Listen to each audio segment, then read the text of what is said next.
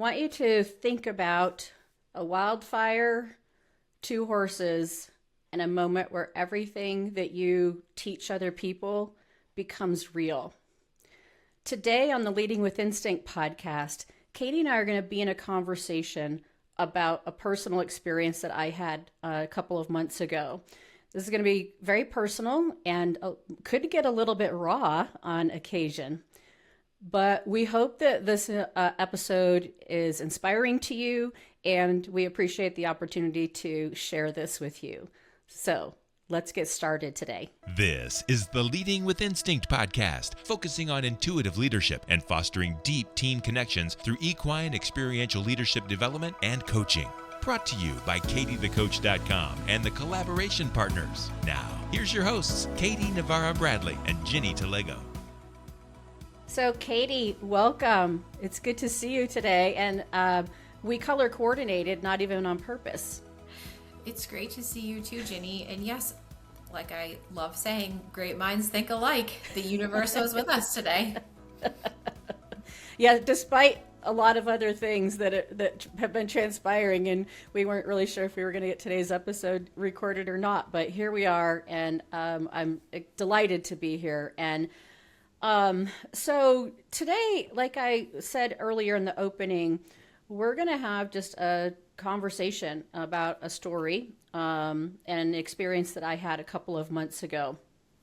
So to set the context, back in March, I was driving home from Colorado Springs, and the highway that I drive home on is drives through a canyon.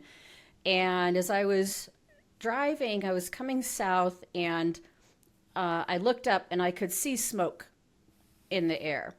Now, for some of our listeners know my history with fire, but to kind of give everyone else a little bit more of that context, my husband and I lost our house in an electrical fire in April of 2019. And so I was the first person to come home to that. And so I know smoke in the air, and I know what different kinds of smoke look like and what's happening and what's burning. And so I saw that smoke, and there was a lot of white colored smoke, so I knew that it was probably wildfire smoke. Given the closeness of the smoke to where I was driving, I knew that it was probably something I was going to drive past or somehow encounter shortly after I had driven. So a couple of minutes later, it's probably maybe 5 minutes later, I came across all the emergency vehicles were parked on the side of the road. The road was just 2 lanes open, and there was wildfire right off the side of the road. And so firefighters were diligently working on it. They actually had started to bring helicopters in. So there were helicopters starting to come in and drop fire retardant. In that moment, as soon as I saw the wildfire, obviously my body started to react to that, because our body holds on to those kind of traumatic experiences. I also was only 12 minutes from home. And so I recognized that this fire was awfully close to where I live. And so the rest of my drive home, I was trying to regulate my nervous system, and also just starting to think about, oh gosh, this is very real. When we moved to Colorado in 2024, I was very aware. I had a heightened awareness of the possibility of wildfires because of how dry it's been out west for years and years, and everyone's seen on the news wildfires all across the west for several years. And so it was always in the back of my mind, but there's also that part of you, you're like, well, it probably won't really impact us. So now here I was at the rest of my drive home to be thinking about this, and all of a sudden I thought, oh my gosh, what's my plan? What if we have to evacuate? What is that process that I need to go through? And so I wanted to be in conversation with Katie today a little bit, and Katie's going to explore this with me. And the reason that we're sharing it is I had to apply all the things I talk about when I'm facilitating and coaching leadership development, the things Katie and I have been talking about on our podcast. This was real life experience applying all the things that the horses have taught me. So Katie, where do you want to go with this conversation? Sure. So I remember, I don't know if we were actually texting in that moment or very shortly after. No, I was driving. Yeah, excuse me. But I remember really connecting with you in the moment and thinking, first of all, I had been in Colorado and Arizona when a fire was burning, not that close, and did not have a house, but still remember that feeling of panic, just being in an area and seeing a plume of smoke, even though I was completely safe.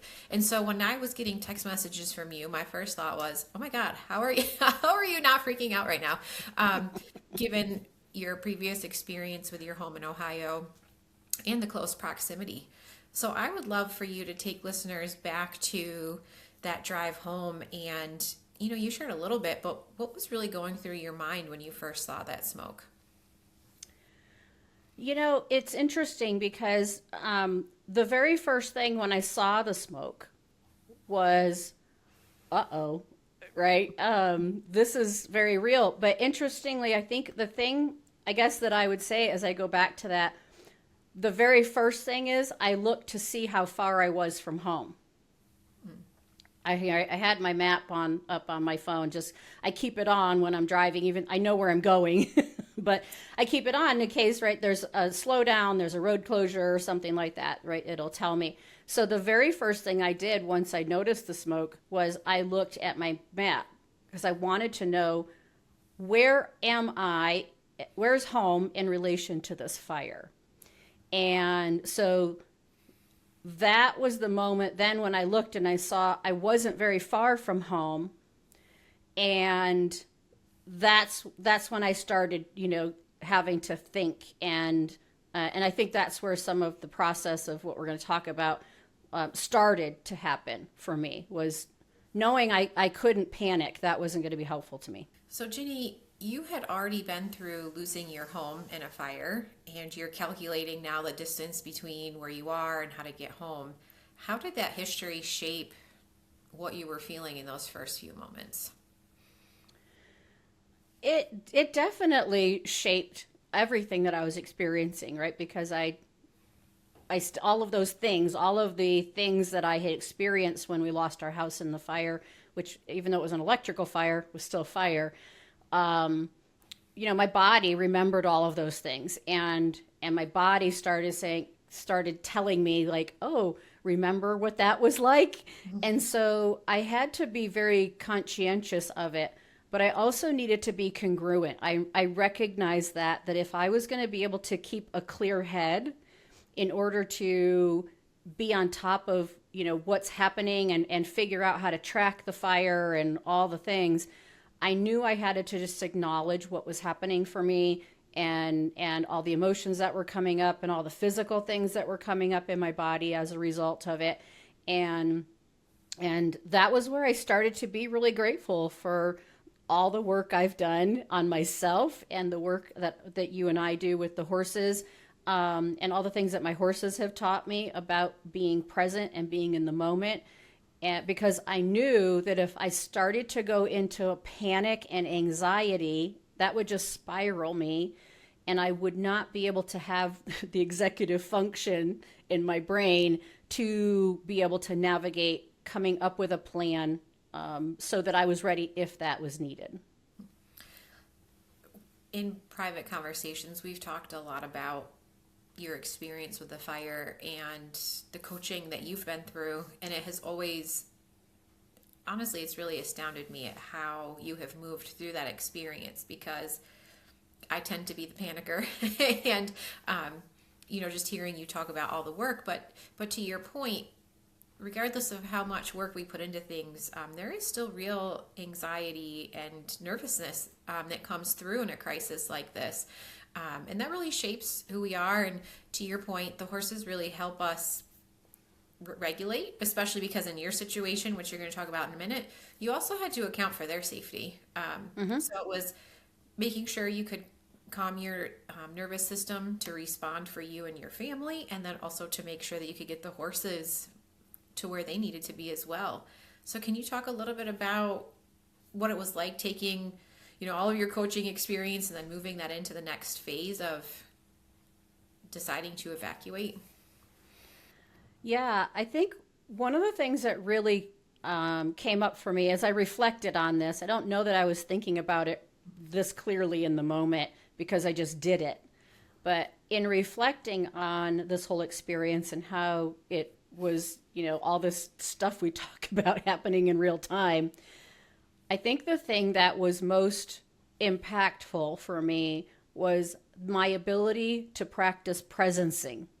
So for some of our listeners that have followed us and had listened to all of our episodes, we did an episode last year with my colleague Lissa Pohl, who wrote a journal article about presencing and how it shows up with horses. And in that conversation was about this intentionality for us to get ourselves in the present moment, regardless of what might be happening around us in that moment. And so as I was driving home, I was very intentional about, as I would notice myself starting to feel anxious and trying to be like, okay, what are we going to do? How do I keep track of this fire? I didn't know what the process was. They should give you that when you move to Colorado. You should get a little packet, a welcome packet that has, here's all the ways that you can keep track of wildfires, right? So thank goodness for Facebook, because when I got home, I was able to, I just got on Facebook and, looked at we have a local neighborhood, page. And so I started finding out how to track all of these things. There's an app called Watch Duty that apparently everyone in the West has. And so now my husband and I have that. And it's a way that you can track wildfires and keep an eye on kind of what's happening with them. And so, but I really made sure as I was driving home that as I was noticing those things coming up, I would shift my attention somewhere. So, right, that's another thing we've talked about with the horses and the noticing and shifting your attention in order to prevent yourself from going down a rabbit hole sometimes. And so as I was driving, I would shift my attention and I would just look up at the mountains, on the sides of the canyon. I would just notice some clouds in the sky, whatever it was. I kept doing something that would make me get back to being present because I just knew that was going to be a real key factor for me. I think it's interesting that you mentioned that Colorado should have a welcome packet. I mean, unfortunately, wildfires are very common there, and one would think that would be, here, welcome to the neighborhood. Here's your packet. Right. But, I know through our conversations that you've shared that you decided to evacuate before there was an actual evacuation order. And this actually really ties into what I was listening to yesterday at a business accelerator I'm a part of.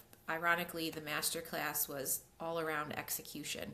And the discussion was how as leaders, a lot of times we want more information. We want more information. It's like ready, aim, and then we pull the trigger and fire on the decision. You were kind of planning and having to make that decision without all of the information. What made you start following those steps rather than just kind of getting it stuck in that analysis paralysis like many leaders can? Well, and that's a great question. And again, this is where all of my work with the horses and my understanding of how horses lead their herds through uncertainty came into play. So in my work with Teaching Horse, June Gunter has come up with this very simple way to make decisions in uncertainty. It's you notice what's happening, make a decision, decide to move, and then you do it. And that kept coming into my mind. So while I was creating a plan because that helped me to stay present and to not let my brain go off into all the horrible things that could happen. And so I started, thinking about, okay, what's the list of things I need to do? When I was making the decision to evacuate my horses, it wasn't just like a spur of the moment thing, right? I was gathering information. So I was using my noticing. I was noticing what was happening. I was keeping track of things on the app. I was in contact with the ranch manager that is at the ranch where I was going to evacuate to, which is my partner facility out here, Diamond J Equestrian Center in Fountain. And so Jessica Alt, who is the ranch manager, was, she's had a lot of experience with fires because she lives here, and she lived in an area that had a pretty big fire several years ago. And so I just kept noticing what's happening. What am I noticing is happening with the fire? Okay, it's not getting contained. It was getting bigger by the moment. So this was 2 days later now when this was all happening. So when it first happened, we were just monitoring it. Then the next day it was getting bigger and it was moving in our direction. It was moving south. By the second day, which was a Friday, it had gotten substantially bigger. And by that time, they were starting to put pre-evacuation and evacuation orders in place for people that were in a closer perimeter to the fire. So once I noticed that the pre-evacuation perimeter was only about 4 miles from our house. Now, apparently, there's a lot of people that aren't concerned about that. Sounds awfully close. I can run 4 miles. Now to me, right, to me, 4 miles seems pretty close, and I know how fast fire can move. But there were a lot of people around me that weren't nearly that concerned. They were like, oh, we're not worried about it yet. So, but yeah, I kept noticing what was happening with the fire. And as I was noticing, I was starting to think through, okay, what is the decision that I need to make? When do I need to make that decision? And so that Friday, as things started to escalate, and once the pre-evacuation order was put out that was only 4 miles from us, I just made the decision that I was going to evacuate my horses as a precaution, if nothing else, because I did not want to be trying to evacuate my horses when the sheriffs were coming around to tell us we had to evacuate. So, I had the wherewithal to be able to think about that. And so once I made that decision, then it was just a matter of moving and making it all happen. And I was grateful that I had the ability to navigate it through that lens. So it wasn't haphazard. It didn't feel haphazard to me in any way. I felt very organized in the way that I was navigating through it. And again, I the whole time it was interesting. I kept thinking, wow, I'm actually doing this in real time. All the things that we talk about are happening right now. Well, as you're talking about that, Ginny, it reminds me that we've talked in many episodes about how much the horses can sense what we're feeling inside, even if we are not congruent with what we're showing outside. But you were really working very hard to align both of those in a moment of what could be panic, right? And right. Even though leaders listening to us may not have their own herd of horses, think back to the pandemic, or I even think back to when I did an internship on the 45th floor of the MetLife building in New York City, so right attached to Grand Central Station. It was 2003, so not even quite 2 years after 9/11, and it was the infamous power outage in the Northeast. Nobody knew why. All of the electric went out all the way through to Western New York and down the Eastern Seaboard. No telephones. And my first instinct was, I need to run from the 45th floor to the bottom and get out of the building. And I ran a lot back then, so I thought I could do it. And the people that were around me who had been through 9/11 said, you cannot run down 45 flights of stairs. We don't care if you're a marathon runner. You will collapse and we can't carry you out. And so, talk to me a little bit about how you have used your training to help balance that moment of it's go time with remaining congruent so that in this case, you could get your horses out without also making them worried about the situation. Yeah, that's such a powerful story, and I think it really does relate to what I was experiencing in those moments. And so when I came to the decision that I was going to evacuate my horses, I started loading my trailer. I got my trailer hitched up. I started loading what I needed. I was being methodical, task focused, right, to keep myself from getting overly anxious. And I got everything ready. The trailer was all ready, so it was time to go and get my horses. Now, keep in mind, my horses used to travel a lot when I was in Ohio, and I never had any kind of issue with them loading, and I felt that they would be fine to load on the trailer. However, the last time they were on a trailer was in the fall of 2024. So it had been over a year since they had been on the trailer. And the last trailer ride they had was across the country. So it was, they were on the trailer for 2.5 days.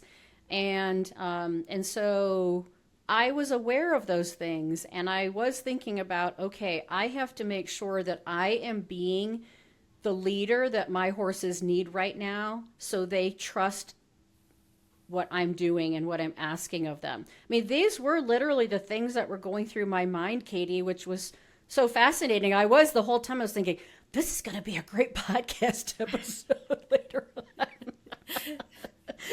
on. Because I was very aware of what I was doing, why I was doing it, and how I was thinking.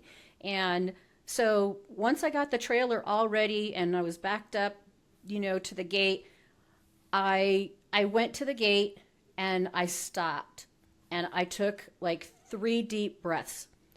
And I looked around me and I was like, okay, my horses need me to be the leader that they can trust. And I can't do that if I'm in a state of panic. And I kept thinking about all the things we talk about with the horses in the herd and how, the horses that can't regulate their energy under emergency don't get to be in the leadership role. And just all of these things that we've been talking about for years and years and years with our clients, it was all coming up for me. And it gave me a focus. And so I took those breaths. My horses were not too far away. They were near their run-in shed, which isn't far from the gate. And they were just hanging around. This was something that was also interesting to me. So the smoke was very clear on the horizon. There was no doubt. You could see the smoke. You could actually see at nighttime, you could see the glow from the fire. It was not very far from our neighborhood. My horses were not anxious, but I think they were aware of, that there was but they were certainly aware. They sensed the shift in my energy of when I was, loading up the trailer and all of those things. I know they were sensing my energy. There was something happening. Clearly they, didn't know what. But I walked in and they both came over to me. And I did not have their halters with me because their halters are in the run-in shed in the storage area. And so I paid really close attention to what was happening for me. And I was 100% congruent with my horses as I walked in there. I came in, they came over to me, and I acknowledged both of them. And I just said, listen, there's a fire happening. I'm experiencing a lot of stuff here, and I know you're not going to want to get on the trailer and go somewhere, but we have to leave. And I just said the words out loud, right? And so I walked in, I got my halters, I came out with the halters, and both of my horses ran to the other side of the paddock. Now, luckily my pasture isn't huge, it's only like 2 acres. But instead of me getting upset, right, which is what often happens when there's a crisis, and even when you're in the leadership role, you start panicking yourself, and you start going, oh, come on, why are you doing this? We don't need this right now. We've got to go. I mean, I think I hear it with parents all the time. I can remember my parents, if there was an emergency, there wasn't a calm kind of like, okay, this is what we need to do. That's our go-to, because our brain is like, ooh, this is bad. There's a big threat happening. And so when my horses ran away, I was like, okay, all right. I am navigating complexity and uncertainty right now in real time. And I literally said it out loud to myself. And in that moment, I was like, what do the horses need from me right now? It wasn't even what do I need to do. The conversation for me was, what do my horses need from me in this moment? And I knew what they needed. They needed me to be paying attention to what was happening. I knew they needed me to regulate my energy and set clear direction for them. And so as I very calmly just walked out, and they were still kind of running, and I just calmly walked out there, and I just stood. I had the halters with me. I just stood there, and I was breathing. I could see the smoke on the horizon, and I chose to not react to that and allow myself to get into a panic. I just kept thinking, listen, Ginny, you're okay. This isn't an emergency. You don't have an evacuation order. You're doing this as a precaution. So take the time you need in order to build the trust with your horses that you need. So I did all of that. I sat down on the feeder, and my mare came walking over to me, because she doesn't like to have to run. So she came over and she's like, if I could just stand here with you, that'd be great.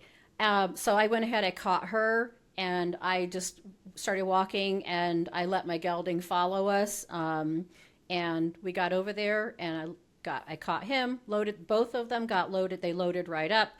And we went to the ranch where I was going to be staying for a couple of days. And as I was driving, there were 6 other horse trailers right in my immediate area who were also evacuating their horses as a precaution. So I felt validated that the decision I was making was not, something necessarily of overreacting.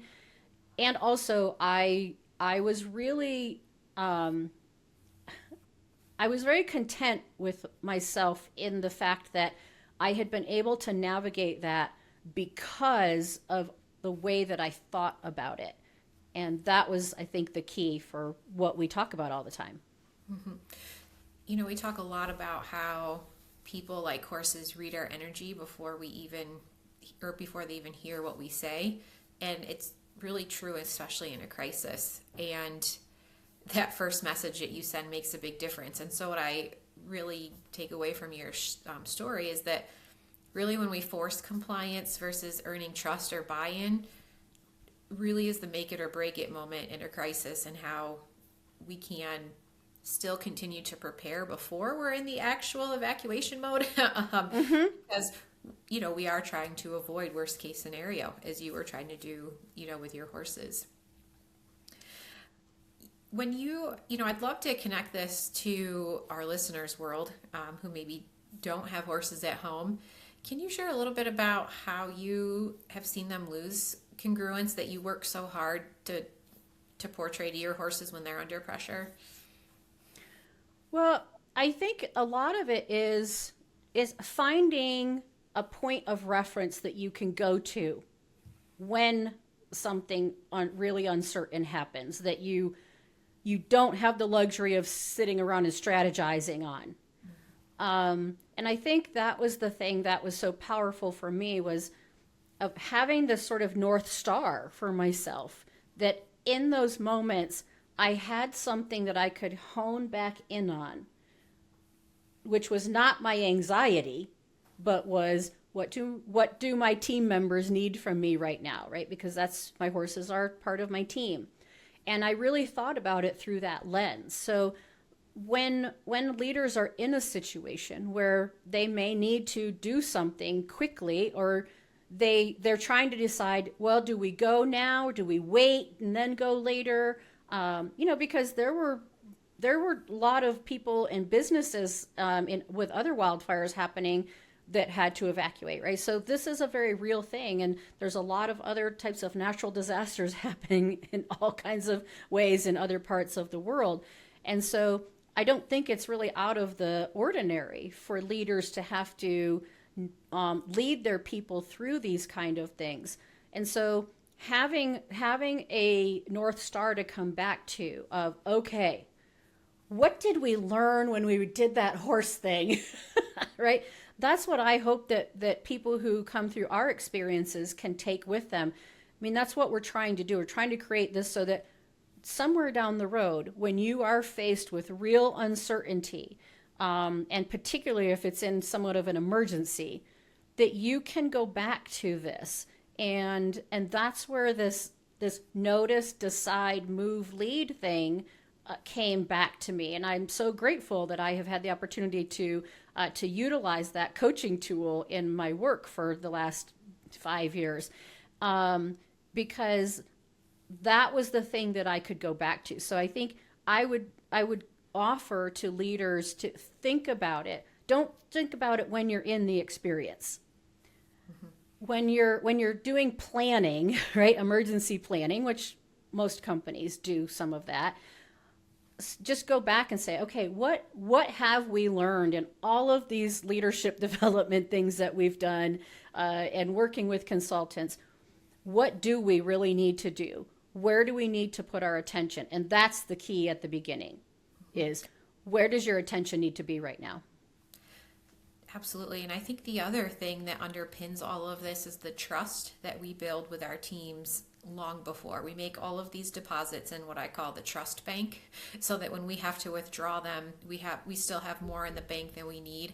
And it reminds me of more than 10 years ago now, my husband and I were driving down the highway, and I saw a plume of smoke, and I knew exactly what it was. It was a horse trailer that was on fire. And we knew this because we saw them dragging a bale of hay, and so I knew what was happening. By the time we got to the fire, the horses had already been taken off the trailer. One of them very forcibly, because their safe place was in the trailer, but everybody was off. And I did connect with the veterinarian leader. Everybody did survive with minimal damage, but there was some, if you've ever smelled burning hair, it is the most unpleasant experience. But what amazed me the most is we stayed with those horses' owners until another trailer came and the veterinarian was there to help them get them on the new trailer. Because my thought was, there's no way these horses are getting on a trailer that they just got off one that was literally in flames. And to this day, it still shocks me that they walked right on the trailer behind their owner. And that was that deposit in the trust bank. They had had so many positive experiences and been made to feel comfortable that even in this horrible moment, they were still willing to get on and follow the leader back home. Mm-hmm. And so, we talk a lot about this, making that part of the culture so that even in our hardest moments, our people are willing to trust where we're going to lead them next. Well, and I think it's also speaks to the importance of people who are in a leadership role being willing to acknowledge what's happening for them, right? And be clear and be able to notice what's happening for yourself and be able to manage it. And so I think this is where one of the takeaways that I have taken from my experience is to just take a pause. You need to do something, but make sure that you stop for just that moment, right? That was me at the gate, stopping before I even stepped into the space with my horses. And, if there's something happening that is potentially going to have an impact on your team, and it's an emergency kind of thing, before you step into the room, please, certainly before you send an email, but right. before you communicate anything to your team, just take a moment yourself. Take a breath, Notice what's happening for you, because you're experiencing it too. You can't pretend that it's not impacting you. I couldn't pretend that I wasn't being impacted by that. I couldn't pretend that all of the memories of losing our house and dogs and cat in the fire weren't there. I couldn't pretend that. I couldn't ignore it. But what I did is I acknowledged it, and I was like, okay, but I'm here right now, and I'm gonna breathe. I have to get myself regulated before I step in to communicate anything to my team. I love that. The pause before you lead. That's a great takeaway. As I listened to you share, the other takeaway that surfaced for me was to name the uncertainty out loud and honestly. You shared that story of telling Wager and Gia that this was the fire. We had to move, and as much as they can't understand our specific words, they can understand our intentions, and it helped build their trust with, your trust with them that they've already had over years, so that when it came to time to put them on the trailer, they weren't feeding into fear. They were going to go with you and know that you were going to protect them. Absolutely. And I think that led to the third takeaway that we kind of put together from this was forcing compliance when there's a crisis is not going to be helpful. People are not going to follow you if that's the energy that you're putting out there. If, certainly there are emergencies where that's not right. You don't have time to do a lot of these things. It's like, we got to go right now. And, but in the instance where you're in that in-between time, like I was, right? There was something happening that was potentially going to become an emergency. And so I had the luxury of having that little bit of time to make the decision that I was going to make. And I knew that my horses needed for me to come out and just offer them clear direction, have calm intention, which was part of the congruence piece. And, the moment I sat down on that feeder and I didn't look at my horses, I just sat there. I looked at the mountains, then I looked at the smoke, then I looked at the mountains, then I looked at the smoke. But I just allowed myself to be present, and honestly, even if it had been more of an emergency, if I had gone out there with energy of panic, my horses might have run through the fence because they would have been sensing that. I had a heightened awareness of how my energy was impacting those around me. And so by me creating the opportunity for my horses to not feel like I was forcing them into compliance, they then were willing to trust me, because that's really what it was. They were willing to trust me in that moment. They sensed there was something happening. They were nervous, running around, but they chose to trust me. And I think that was really the moment where I was like, wow, this really works. Well, and we have had many conversations offline, and as I listen to this, I put myself in the shoes of our listeners who think, but Ginny, you're the expert. Like, you've spent, so much time you make it sound easy. Sure. So I just want to share with our listeners that, even starting small with one of these three takeaways can accumulate over time. And Ginny always amazes me when she talks about this, but I know it's consistency and a commitment to practicing this.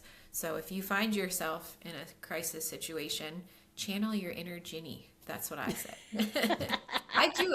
People that I follow, when I get in a moment, I will hear them in my head. So now I'm going to channel Ginny the next time my horses are running around like fools and I can't catch them. Oh, well, I appreciate that. And I think just to kind of wrap that up for our listeners is, yes, I have practiced it, but that's been a choice too that I have made. And our listeners can practice the things that we just talked about. And it all starts with just pause and notice what's happening for you right now in the moment, what's happening around you with the people that are right close to you, and what's happening in the environment. Learning how to be able to shift your attention quickly without spiraling into a panic is really the first step to being able to navigate through any kind of uncertainty. Certainly something like this, right? Or any type of situation where it's not something you have the luxury of going, well, we have a couple of weeks to kind of sort this out, Right.